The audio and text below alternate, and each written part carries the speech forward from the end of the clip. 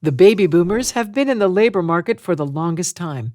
They were born between the late 1940s and mid-60s, as a post-war generation with a particularly high birth rate.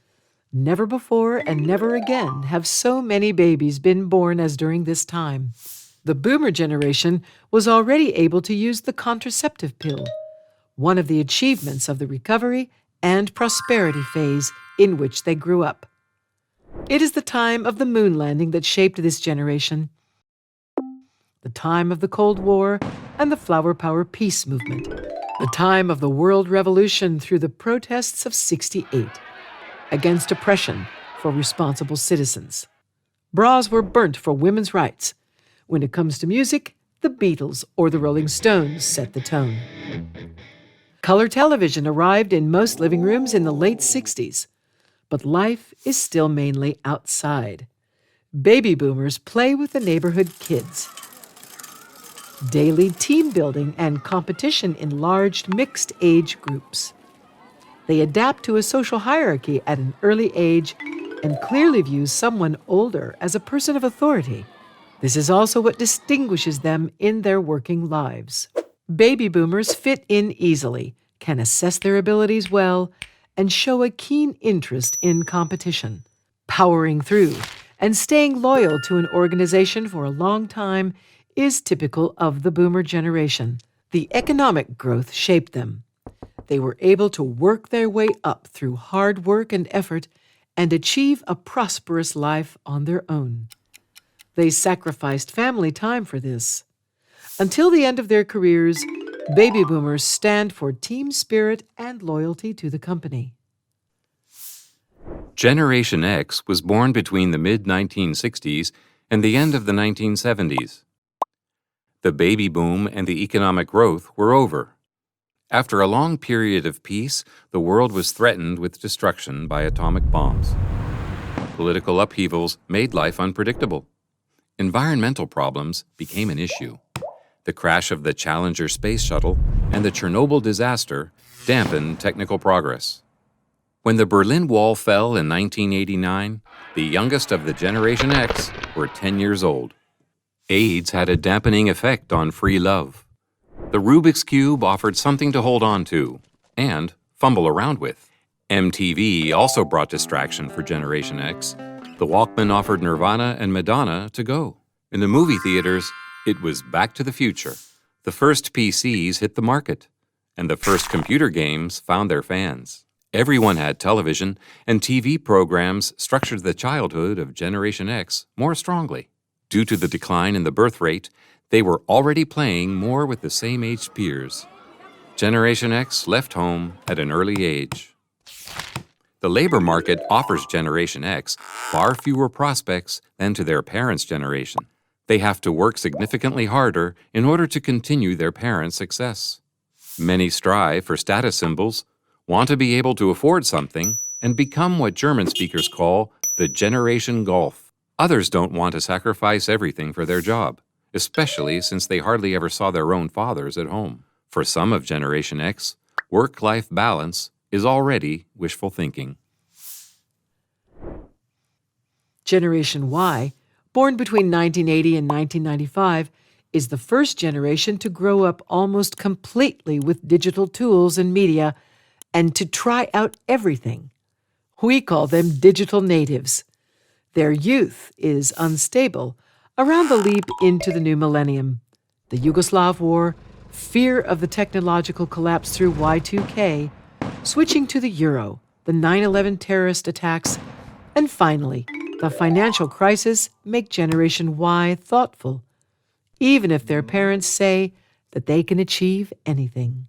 Eminem and Britney Spears are playing on the MP3 player, the Titanic is sinking in the movie theaters, Big Brother is on the TV at home, and after school, they meet on the internet. Many of them already have a cell phone as teenagers, are always within reach for their parents, and their free time is more scheduled than for any previous generation. They are put into activities with their same-aged peers, are less able to adapt to existing structures, and assess their own abilities more poorly. For more and more children and teenagers of Generation Y, divorced parents and blended families are normal. At home, they are allowed to have a say more than ever before. Generation Y is more reluctant to leave the nest than the generation before and enjoys time with the family. This also influences them in the work environment. Generation Y wants to balance a meaningful job and time for their families. Personal fulfillment and enjoyment of work are becoming more important than status symbols and leadership positions. Just like at home, Generation Y wants to have a democratic voice in their jobs, gives older colleagues advice without being asked, and prefers to work with their managers, not for them. That can irritate managers from the baby boomer generation and Generation X, as well as burden teamwork. Generation Z is still the smallest group on the labor market, but is already turning companies upside down. Born between 1996 and 2010, with a tablet under their arm, so to speak. When they learn to read, to Google something is already added to the dictionary. Information about the whole world is available at any time. The possibilities seem endless. At the same time, Generation Z has no longer experienced an economically stable period. While Rihanna and Justin Bieber are landing their first hits, and Generation Z is starting to be interested in politics and world affairs, the global economy is collapsing. The consequences of the refugee crisis and the COVID-19 pandemic cannot be assessed yet. Generation Z is skeptical and disillusioned. Climate change is intensifying their concerns about the future. Fridays for Future, for example, shows that this generation can organize themselves globally in order to make a difference. Generation Z is very critical and, with combined force, confronts politics and companies about their unethical behavior. However, when they consume critically, they feel their personal powerlessness, which makes this generation's childhood all the more sheltered. Natural competition hardly finds a place in their scheduled free time.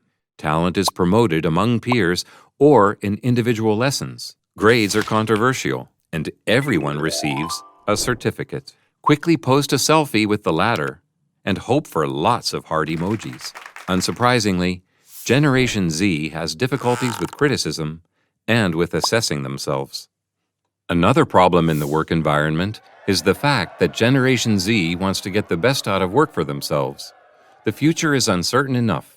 Things have to be right at this moment. Long-term career promises to a generation that doesn't know economic stability? That's implausible. All the more reason for this generation to insist on a good life right now. And, above all, enough time for their private interests and their children. Because children grow up so fast, and there is no longer a secure job today anyway. Generation Z prefers to rely on the wide range of possibilities, continues to educate themselves, and, after a few years, moves on to places that fit better. When many baby boomers retire soon, their labor force will be needed even more urgently. Young people from difficult social backgrounds or with a refugee background, on the other hand, have fewer opportunities. According to the PISA test, 1/5 of Generation Z is barely able to understand the content of what they read. And then what? Generation Alpha, born from 2010 onward. The climate crisis, Brexit, and Corona are influencing the youth of this generation in particular. They grow up completely wirelessly and will smile at headphones with cables. The opportunities and demands with which Generation Alpha will enter the labor market remains unknown.